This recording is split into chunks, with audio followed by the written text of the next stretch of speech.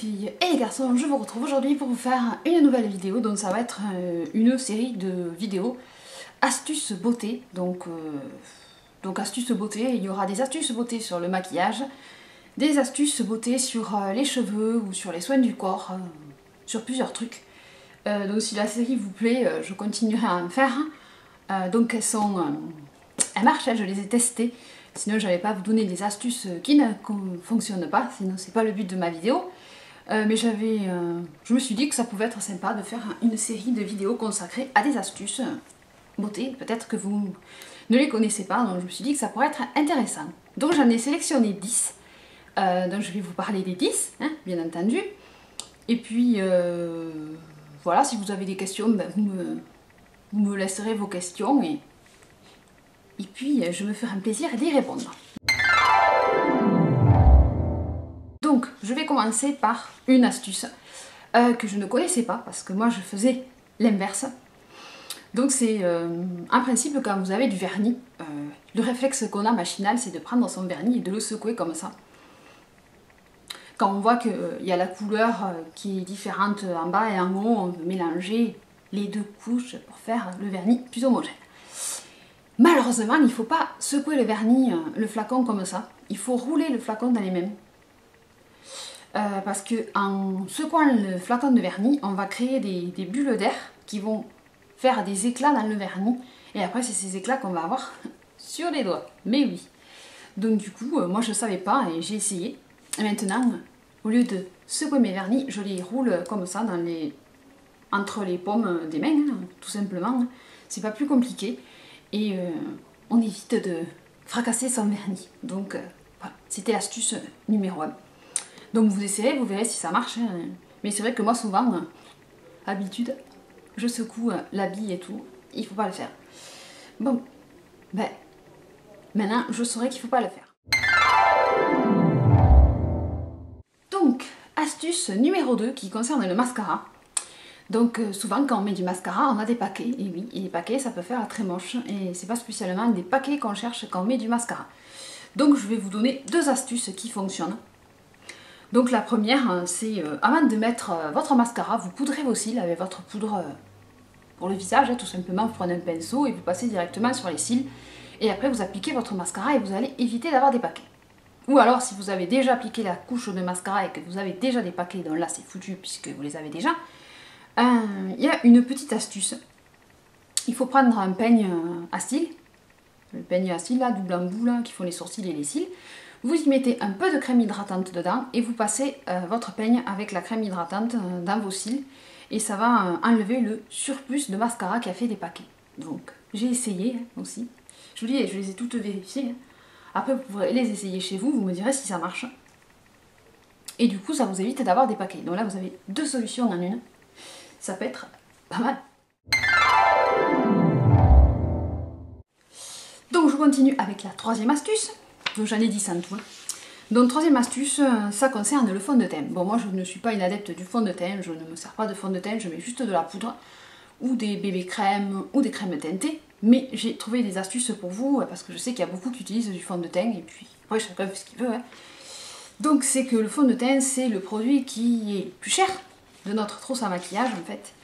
Et si vous voulez en profiter plus longtemps et que en plus l'effet du fond de teint fasse plus naturel sur votre teint, j'ai une astuce. Donc il faut utiliser une éponge à fond de teint. Vous avez des éponges, peut-être, je sais qu'il y a le Beauty Blender, mais ça je ne l'ai pas testé donc je ne peux pas vous dire. Ou des éponges que vous achetez en parfumerie, en latex ou autre. Vous allez l'humidifier. Et après, quand vous allez mettre votre fond de teint, déjà, ça va absorber moins de produits puisque l'éponge sera humidifiée. Et en même temps, votre teint, il aura l'air plus naturel, ça fera moins plâtré avec le fond de teint. Donc, vous me direz si cette astuce marche. Donc, c'était une astuce sur le fond de teint. Maintenant, je vais vous parler de plusieurs astuces sur les rouges à lèvres. Donc, dont une, donc comment éviter d'avoir les dents qui fassent... pour avoir les dents plus blanches quand on a mis un rouge à lèvres. Parce que c'est vrai qu'il y a certains rouges à lèvres, suivant les pigments dedans, qui font ressortir nos dents plus jaunes. Ouais, ça, c'est con, hein, mais oui. Donc, il faut choisir des nuances de rouge à lèvres qui contiennent du bleu. Parce que le bleu va neutraliser le jaune. Voilà, donc c'est un truc à savoir. Mais pour savoir si le rouge à lèvres que vous achetez contient du bleu, ben, quand vous allez à la parfumerie, souvent on fait des swatchs, nous on les fait ici. Alors que les swatchs, si on veut savoir si le rouge à lèvres contient du bleu, il faut le faire à l'intérieur des veines, ici. À l'intérieur du poignet, là, on a bien les veines. Moi, chez moi, elles sont bien marquées, elles sont bien bleues. Et du coup, vous allez voir que ça va ressortir. Le rouge à lèvres va faire des traces et ça va faire comme s'il y avait du bleu à l'intérieur. Donc vous saurez que c'est un rouge à lèvres qui a du bleu et le bleu neutralise le jaune. Donc si vous avez un rouge qui a du bleu, vos dents feront moins jaunes. Pareil pour un rose qui contient du bleu. Donc il faut bien regarder et comme ça, on évite d'aller se faire blanchir les dents. Ça peut être pas mal. Mais par contre, si vous avez la pommade, je vous conseille de prendre plutôt un rouge neutre parce que c'est votre teint qui va virer au gris et c'est pas super. Donc du coup, essayez de prendre des rouges neutres qui n'aient pas ni des pigments bleus ou autres.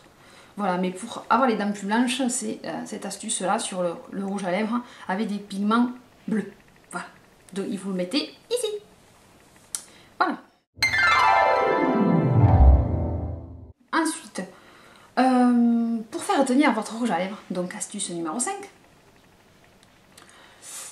on nous dit souvent pour faire tenir le rouge à lèvres, il faut mettre le contour des lèvres avec le crayon. Mais au lieu de faire rien que le contour des lèvres, il vous faut, quand vous passez votre crayon, vous le mettez tout autour des lèvres et à l'intérieur des lèvres. Parce que comme le crayon contient des corps gras, ça va faire une barrière cireuse et ça va permettre au rouge à lèvres de tenir. Et ensuite, vous aurez moins de trucs à vous dire « Mon rouge à lèvres, il a filé !» Et oui, je l'ai dans le nez. Donc au lieu de suivre carrément tout le tour de la bouche, le contour et pas crayonner l'intérieur, vous crayonnez l'intérieur aussi, comme ça vous fera une barrière protectrice avec un peu plus de cire. Hein, voilà. C'est une astuce que j'ai testée, que j'ai validée. Donc ça marche. Alors, qu'est-ce que je vais vous parler maintenant pour du vernis encore. Allez, pour vernir vos ongles proprement. Donc là, vous voyez, j'ai mis du vernis. Enfin, vous le verrez pas, c'est le Fiji de Essie. Ouais, je me suis mis à mettre du vernis clair sur mes mains blanches. Je sais pas si ça tranche, mais là, j'ai mon spot en plein la tête, donc je sais pas si on va le voir. Donc le plus dur quand on met du vernis, c'est de ne pas s'en foutre sur les cuticules et tout autour du doigt, quoi. Après, quand on a mis le vernis, on est obligé de passer avec le stylo correcteur. Bon, c'est pratique, le stylo dissolvant. Hein. Moi, j'en ai. Hein.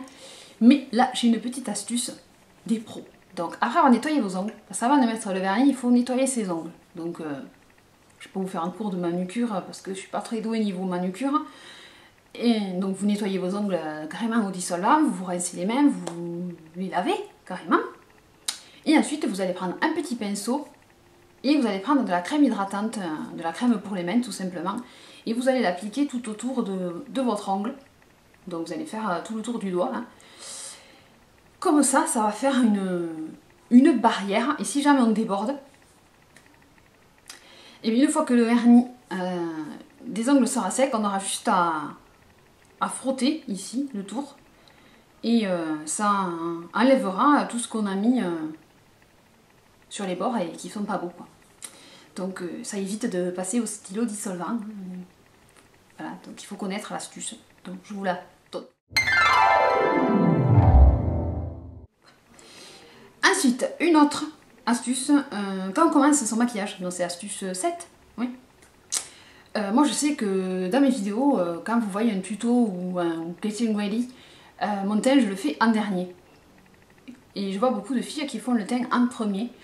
Mais je me dis, mais comment elles font pour faire le teint en premier? Parce que moi les chutes j'en ai, mais alors jusqu'ici, hein. Oui. Même hors vidéo, quand je fais même mes getting ready, vous le voyez pas, mais je prends un coton et je me nettoie le dessous des yeux tellement j'en ai.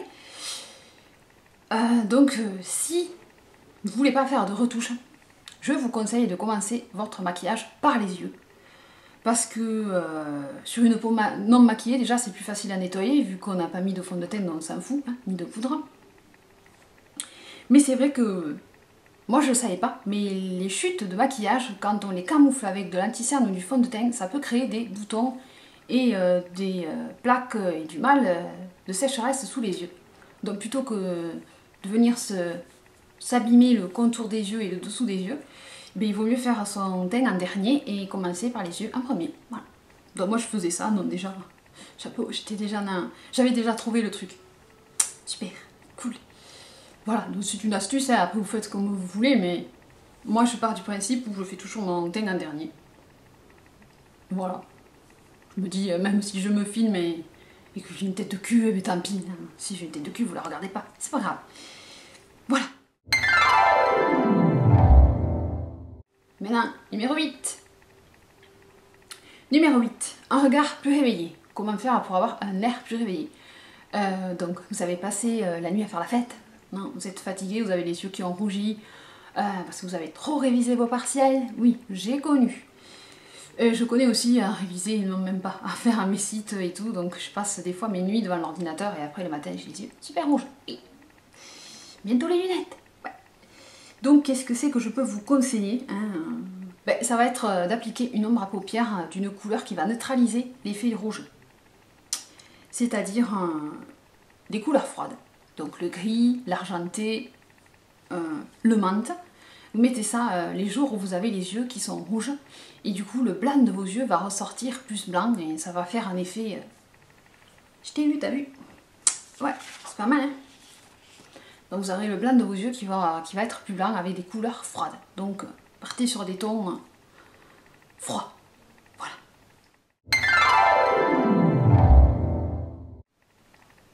Maintenant on arrive à la 9e astuce. Pour le rouge à lèvres en place. Oui, donc j'en ai trouvé plusieurs astuces sur le rouge à lèvres en place. Celle-là, je l'ai essayé aussi parce que moi, avant, je mettais ma base MAC, la Prep and Prime de MAC, qui est une super base à rouge à lèvres et qui faisait bien tenir le rouge à lèvres. Mais là, je l'ai explosé, je l'ai fini. Donc du coup, j'en ai plus, je ne l'ai pas recommandé. J'aurais dû, mais je ne l'ai pas fait. Et il y a une autre astuce qui marche bien aussi, c'est-à-dire vous prenez un disque de coton que vous trempez dans de la poudre transparente, type Prep and Prime, celle de Kiko, je sais qu'il y en a une. Après, il y a celle de Make Up Forever. La HD, ouais, c'est ça, si je ne me trompe pas. Et vous trempez votre disque de coton dedans, dans la poudre, et vous le passez sur vos lèvres. Vous les tamponnez. Et après, vous appliquez votre rouge à lèvres, et ça va vous faire, pareil, un effet que votre rouge à lèvres va tenir. Donc, c'est juste que vous poudrez vos lèvres. Ça fait une barrière, et ça va faire tenir le rouge à lèvres.